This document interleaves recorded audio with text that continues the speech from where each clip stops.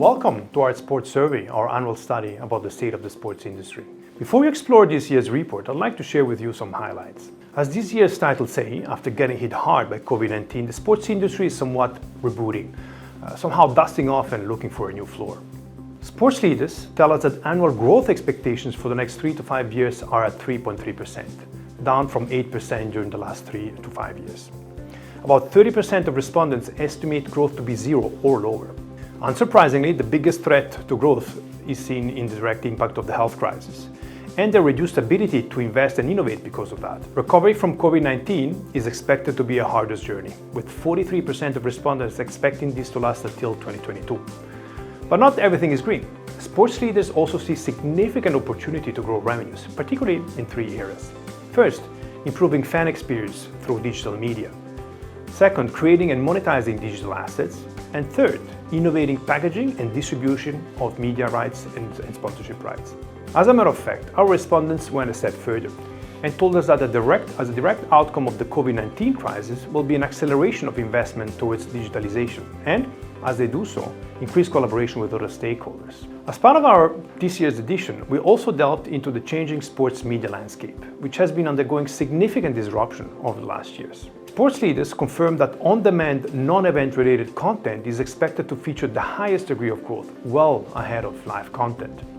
This only underscores the importance for rights owners to shape their narrative around always-on IP, as opposed to live events only.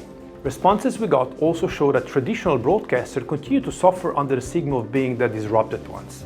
Perhaps, I would dare to say, unfairly. We think traditional media companies are well positioned to capture opportunities with their experience in storytelling and audience management. But clearly, they need to pivot their business model.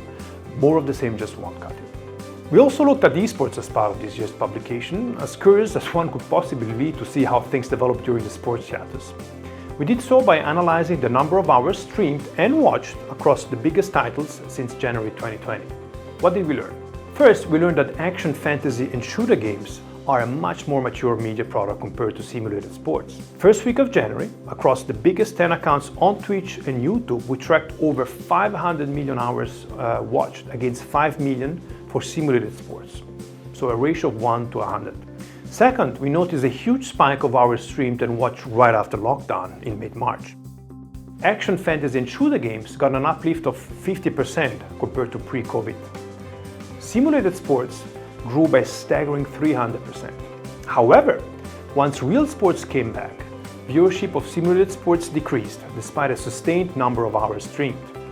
Viewership of action, fantasy, and shooter games seemed to have maintained that uplift.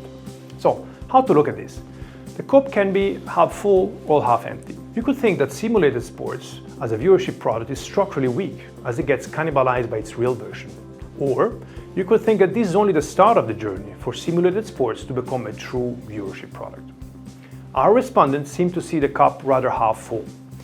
54% agree that simulated sports will eventually become a viewership product. But it's a long game requiring patience and time.